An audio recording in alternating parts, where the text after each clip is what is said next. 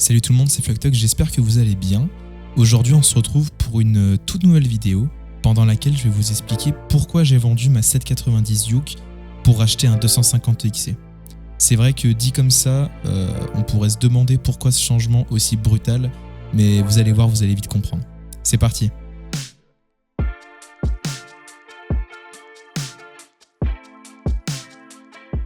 Alors il faut savoir que déjà tout s'est fait quand même assez rapidement, c'est-à-dire qu'il y a encore à peine 2 semaines, à l'heure où je tourne la vidéo, on est le 9 octobre, il y a à peine 2-3 semaines, j'avais encore la Juke dans le garage. Et c'est en rentrant du boulot en fait que je suis allé à une concession Yamaha où j'ai essayé une Tracer 2021, les Tracer 9 GT. Et c'est juste après cet essai qu'en fait je me suis rendu compte que j'avais fait le tour du bicylindre, que je commençais en fait un petit peu à me lasser de ce moteur. Et le fait d'essayer le 3 cylindres CP3 Yamaha sur la Tracer 9 GT, ça a vraiment été un déclic pour me dire il faut que tu la vendes et que tu passes à autre chose. Le soir même, en rentrant de l'essai de cette Yamaha en 3 cylindres, je fais les photos de la Juke, je la mets en annonce sur le bon coin et la semaine qui suit, elle est vendue et elle est déjà plus dans le garage. Et là vient un long moment en fait où je vais épier le bon coin tous les jours à la recherche du coup d'une Tracer 9 GT en version 2021. Parce qu'il faut savoir que sur ce millésime, l'entièreté du châssis a été revue et ça a corrigé quand même les majeurs défauts que pouvaient connaître les anciennes Tracers. Malgré mes recherches, le fait que ce soit un modèle 2021 en fait, fait que je trouve absolument pas de modèle d'occasion et le peu que je trouve sont absolument pas dans mon budget. Il faut savoir qu'une Tracer 9 GT c'est 13 500 € et d'occasion je l'ai touché à 13 300 ou 13 000. Donc rien de vraiment très avantageux. Donc pour être honnête, je me décourage un peu, j'arrête complètement de regarder les annonces et je fais ma petite vie, je reste dans ma fidèle 206. Et très peu de temps après, on va dire une semaine après mon arrêt des recherches, je me dis pourquoi je me force à vouloir chercher une moto de route alors qu'on est en hiver et que dans tous les cas, même si je trouve celle qu'il me faut, j'arriverai pas forcément à l'exploiter pleinement avec la fin de saison qui arrive et les températures qui sont. Mais d'un côté, ça me fait extrêmement chier en fait de me retrouver sans moto et uniquement en voiture jusqu'au début de la saison prochaine, sachant qu'on est début novembre. Et là du coup est venue l'idée de l'enduro. L'enduro c'était une pratique, une approche de la moto où ça faisait déjà quelques temps, voire plusieurs années à laquelle je pensais et qui m'intéressait vraiment beaucoup. Et je me suis dit, on arrive en hiver, j'ai pas envie d'investir dans une moto de route.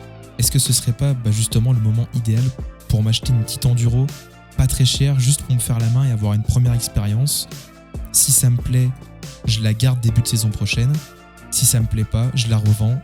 Et d'ici là, mon projet pour la moto de route aura eu le temps d'être mûrement réfléchi. Et dans ce cas-là, il n'y aura aucun souci. J'ai repris mes recherches sur le bon coin. J'ai trouvé un 2.5 EXC de 2006 en 2 temps. À peine 1 heure de chez moi, je l'ai acheté et c'est comme ça qu'on se retrouve dans cette vidéo. J'espère que ce petit tournant que la chaîne va prendre, au minimum pour cet hiver, vous plaira et j'espère qu'une chose, c'est qu'on va kiffer ensemble.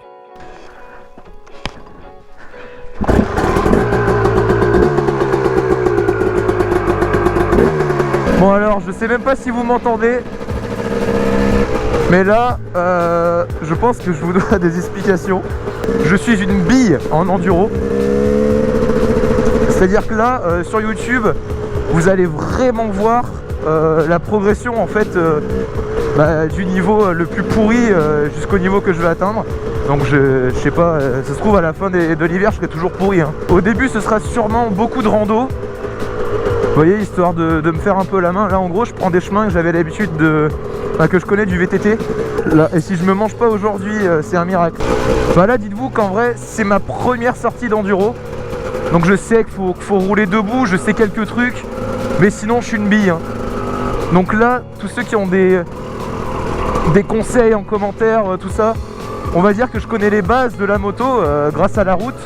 Donc comme quoi le regard est important et que là, du coup, en enduro, faut se mettre debout. Parce que ça fatigue moins apparemment. Mais voilà, là je suis preneur de conseils à mort. J'essaye de bien la serrer avec mes jambes et de regarder où je veux aller, mais putain.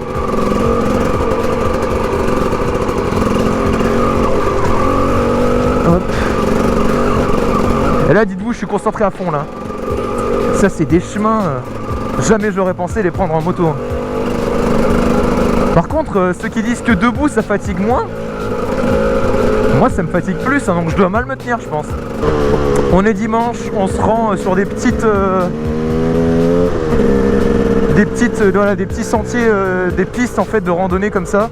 Donc déjà je vais rouler cool parce qu'il y a des marcheurs et je vais surtout essayer de rouler debout pour me familiariser un petit peu avec le délire quoi. Parce que là j'ai clairement pas l'habitude quoi. Wesh, ah oui là c'est la chasse là. Oh le rassemblement. Je vais me prendre un coup de fusil si ça continue. Comme je vous ai dit il y a une semaine, j'étais automobiliste en 206 et là je suis en 2,5 en 250 XC, donc il n'y a pas grand chose de prévu. Mais entre nous, c'est ce qu'il y a de meilleur quand c'est pas prévu. Donc on s'en bat les couilles. En plus, je pense pas avoir fait un mauvais choix en prenant un 2,5. Parce qu'il y a quand même énormément de couples. Et j'ai l'impression qu'il me pardonne beaucoup d'erreurs. Je suis très content de mon choix pour l'instant. Sachant que au niveau moto de route, j'ai eu donc la 50, en comptant 50, 125 et la MT et la Duke. Donc tout ce qui est pneu arrière qui décroche, je connais pas du tout. Là pour moi c'est ouf déjà.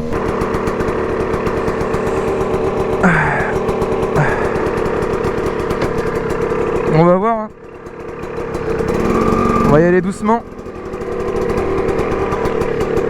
Oh, il y a plein de gadins gros. Ouais, pardon.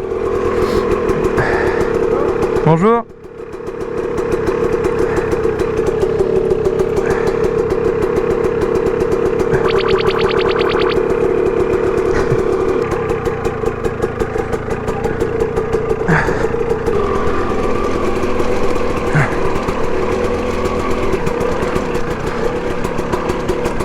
Oh mes frères, mais par où je passe? Faut pas s'arrêter. Je me suis arrêté.